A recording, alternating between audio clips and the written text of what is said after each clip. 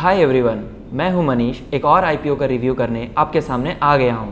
Company का नाम Concord Biotech Limited. IPO synopsis.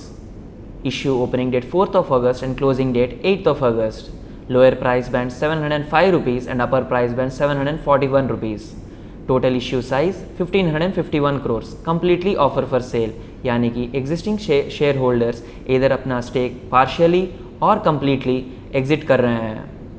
Employ discount 70 rupees per share.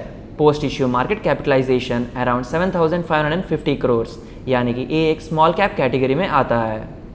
Business overview. Concord एक biopharma company है जो फर्मेंटेशन एंड सेमीसिंथेटिक प्रोसेस के through APIs and formulations manufacture करती है, जिनका usage immunosuppressants, anti infectives, nephrology and oncology में किया जाता है।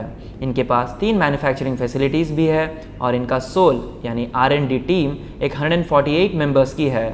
इनके पास कई सारे देश के अप्रूवल्स है। APIs के 23, फॉर्मुलेशंस के 77 and drug master file US के 128। ये 70 से भी ज़्यादा कंट्रीज़ में ऑपरेट करते हैं, serving more than 200 customers. Objects of the issue. जैसे कि मैंने पहले भी कहा था, ये एक completely off of a sale है, यानी इस इश्यू से जो भी पैसा रेज किया जा रहा है वो बुक्स ऑफ अकाउंट्स में रिफ्लेक्ट नहीं होगा। यहाँ helix investments holdings private limited अपना 20% स्टेक कम्प्लीटली लिक्विडेट करने जा रही है। Strengths and opportunities. Fermentation based immunosuppressants API के वजह से ये एक ग्लोबल लीडरशिप पोजीशन होल्ड करते हैं। इनके कॉम्प्लेक्स प्रोडक्ट पोर्टफोलियो मिक्स और नीश प्रोडक्ट सेगमेंट के वजह से ये अपना प्रॉफिट मार्जिन्स हाईली मेंटेन कर पाते हैं। ये एक हाई बैरियर्स टू एंट्री वाली बिजनेस होने के वजह से इनको कॉम्पिटिटिवली काफ़ी ज़्यादा एडवांटेज है। ये फ्यूचर कैपिटल एक्सपेंडिचर अपने इंटरनल एक्रूवल से फुलफिल कर सकते हैं, सो दैट इनको एक्सटर्नल बोरोइंग्स की कोई ज़रूरत नहीं है। इनका रेवेन्यू जोग्राफिकली काफ़ी डाइवर्सिफाइड है, जैसे इंडिया से 51%, America 17% and rest of the world 32%। Risk. Concentrated list of suppliers. इनके टोटल प्रोक्योरमेंट से top 3 suppliers 50% and top 10 suppliers 81% constitute करते हैं। ओवरऑल इनका प्रोक्योरमेंट 32% से चाइना से हो रहा है। दूसरा, कॉन्सेंट्रेटेड लिस्ट ऑफ कस्टमर्स।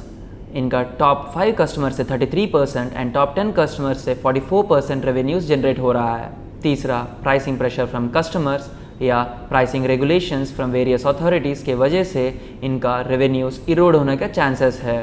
चौथा, ये एक काफ़ी रेगुलेटेड एनवायरनमेंट में काम करती है।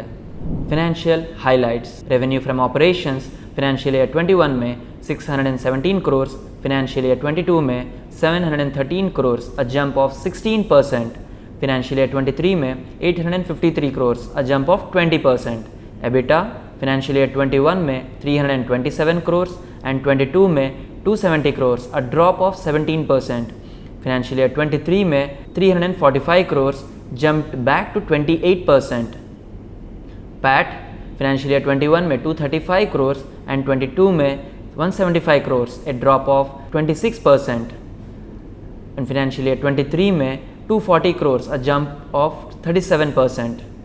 पैट मार्जिन्स फाइनेंशियल ईयर 23 में 28% and on an average 30% maintain करते आ रहे हैं। Return on capital employed for financial year 23 24% and return on equity 20%। इसके साथ कंपनी के capital work in progress 18 crores from financial year 21 से फाइनेंशियल ईयर 23 तक 173 करोर्स तक बढ़ चुकी है।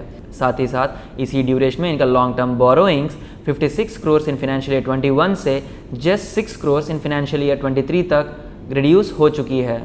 फर्दर इनका investments in financial assets stood at 137 crores as on 31st March 2023। Conclusion. Global pharma spending has already clocked 5.4% CAGR in the financial year 22.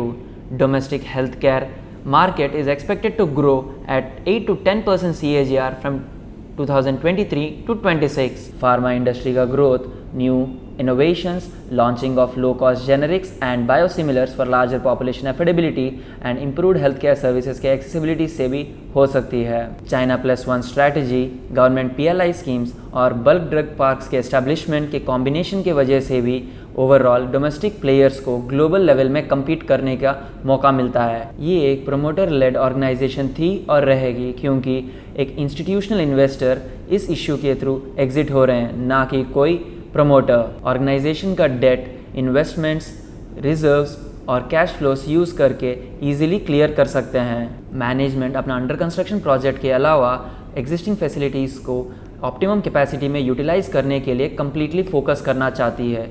इससे per unit cost economics और भी इम्प्रूव हो सकती है, जो हमें improve top line, bottom line and margins के through दिखेगी। Based on companies performance, management outlook, earnings valuation of 32 times seems to be fairly priced. So we advise our investors to subscribe for this IPO for long term. For more such informative videos, please subscribe to our channel.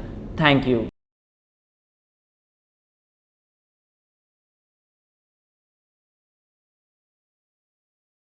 Investments in securities market are subject to market risks. Read all the related documents carefully before investing.